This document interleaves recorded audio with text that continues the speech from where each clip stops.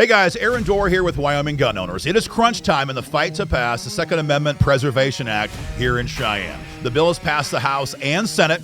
It's on Governor Gordon's desk. And here is the update as of Monday morning, March 9, 2026. For those who don't know, SAPA simply says the federal government cannot use Wyoming cops to enforce federal gun control laws. That's how you keep a place like Wyoming red and free, even under a hostile administration, which we could have in just 2.5 years. Now, Mark Gordon is widely expected to veto this bill just like he did last year, even though it's passed legislature 2 years in a row. Don't forget, Mark Gordon also vetoed our bill 2 years ago to repeal gun-free zones. So it's very clear that as Mark Gordon terms out as governor, he's getting much more hostile to gun rights and gun owners in Wyoming. Now, Gordon has until 11:59 p.m. on Tuesday, that's tomorrow, to make his decision. And if he vetoes the bill, we already have override day scheduled on Wednesday for the House and Senate to override vetoes that come from Governor Gordon. Right now, we need two main things from gun owners. Number one, contact Governor Gordon. Tell him you want him to sign SAPA into law. There's a link below to help you do that. It takes you about 15 seconds.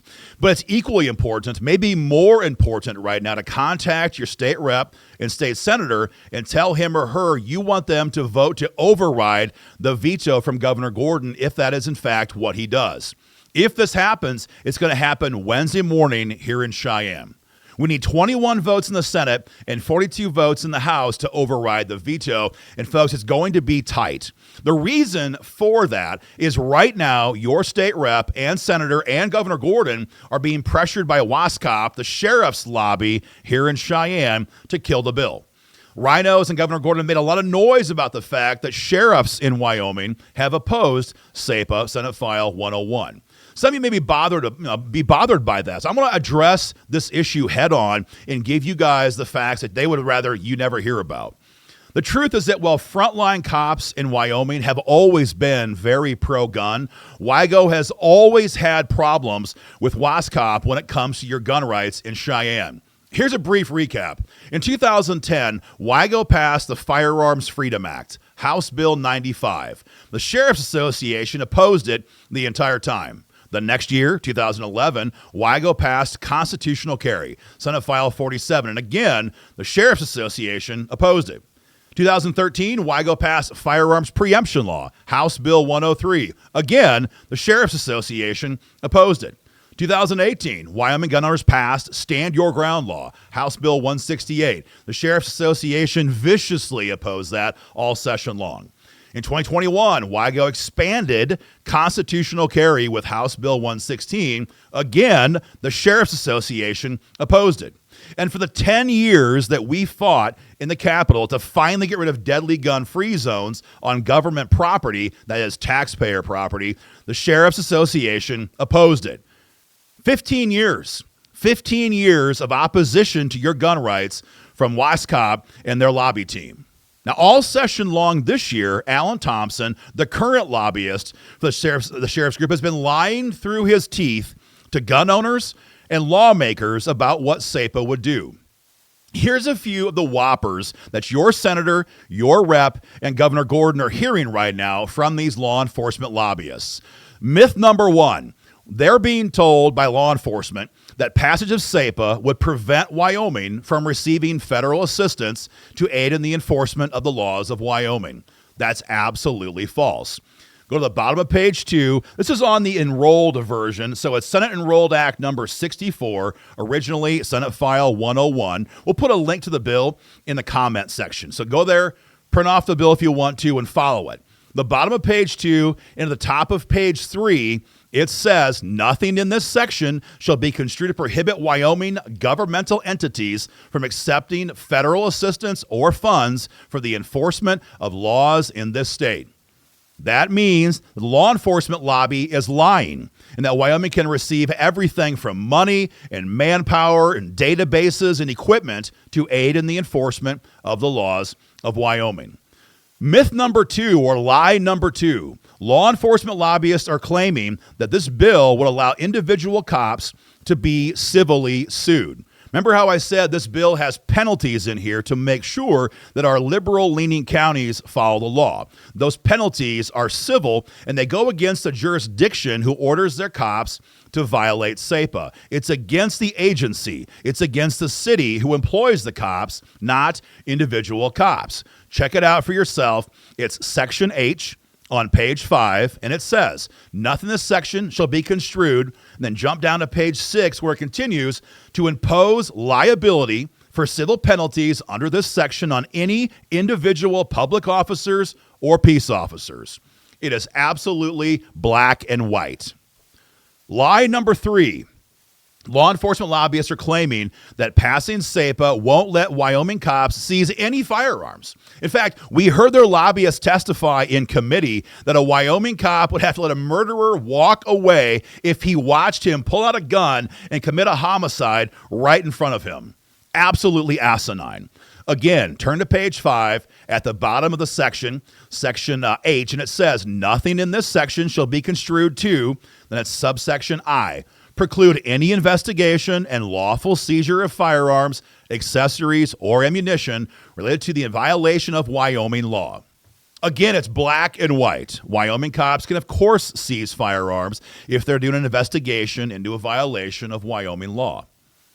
Lie number 4. Law enforcement lobbyists are claiming that passing SAPA won't let localities hire anyone who served in the military. Blatantly false. Go there, check it yourself. It's page 5. At the very bottom, it says nothing in this section shall be construed to. Then jump over to page 6, subsection 3, where it says prohibit the hiring or impose any penalty under subsection D of this section for the hiring of anybody whose federal service was as a member of the armed services of the United States.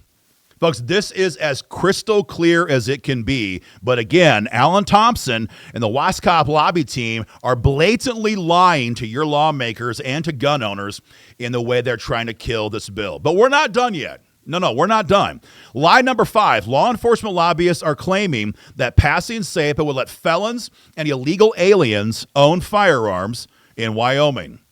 Absolutely false. SAPA only applies to law-abiding citizens, and we defined that, as you can see on page 6, subsection 1, where it says, law-abiding citizen means any person who is not otherwise precluded under state law from possessing a firearm and shall not be construed to include any person who is not legally present in the United States. Felons can't have guns, which means they're not protected by SAPA. Illegals are also not protected by SAPA. It's in the bill. It's black and white. One more big lie. Actually, we have 2. Law enforcement is claiming that passing SAPA will end all task force work with the federal government. Now, it's true, and of course it's true, that SAPA would end ATF task forces and any task force whose sole purpose is to use Wyoming cops to enforce federal gun control laws. That's the goal of SAPA, but that's all it actually does. The truth is, on page 2 in section A, it says that Wyoming cities and counties may not allow their officers to be used to enforce federal gun control laws, and they can't let the feds hire them or borrow them on a task force if the purpose is, you can see it right here, solely to enforce federal gun control laws. It says it 2 times in section A. Finally, myth number 7, lie number 7, we have heard claims that passing SAPA would not let Wyoming officers aid federal authorities in life and death situations where officers may be dying. This is the most insane, insulting BS that we have heard this entire session. Bottom of page 6 is where we define material aid, what cops cannot do to help the feds enforce federal gun control law.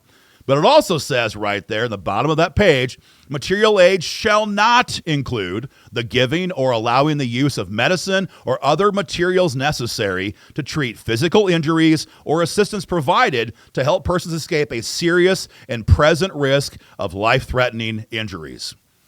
Folks, as you can see, the amount of spin, lies, and BS coming from Alan Thompson and other law enforcement lobbyists is shocking. But again, this has been going on, folks, since 2009. 17 years gun owners have dealt with this crap here in Cheyenne. The good news is this is an election year, and gun owners are a very potent force in Wyoming primaries. That's why it's critical that right now you contact your state rep and state senator and tell them to vote yes on the motion to override Governor Gordon's veto of SAPA and ignore the lies and hysterical BS coming from these lobbyists who sadly are not trying to defend the Second Amendment in our state. Guys, with SAPA in place, we're going to have the best protections in America when the next Democrat president tries to dictate that our cops enforce federal unconstitutional gun control laws in this state. The override session is on Wednesday. Time is of the essence. Hit the link below and take action right away.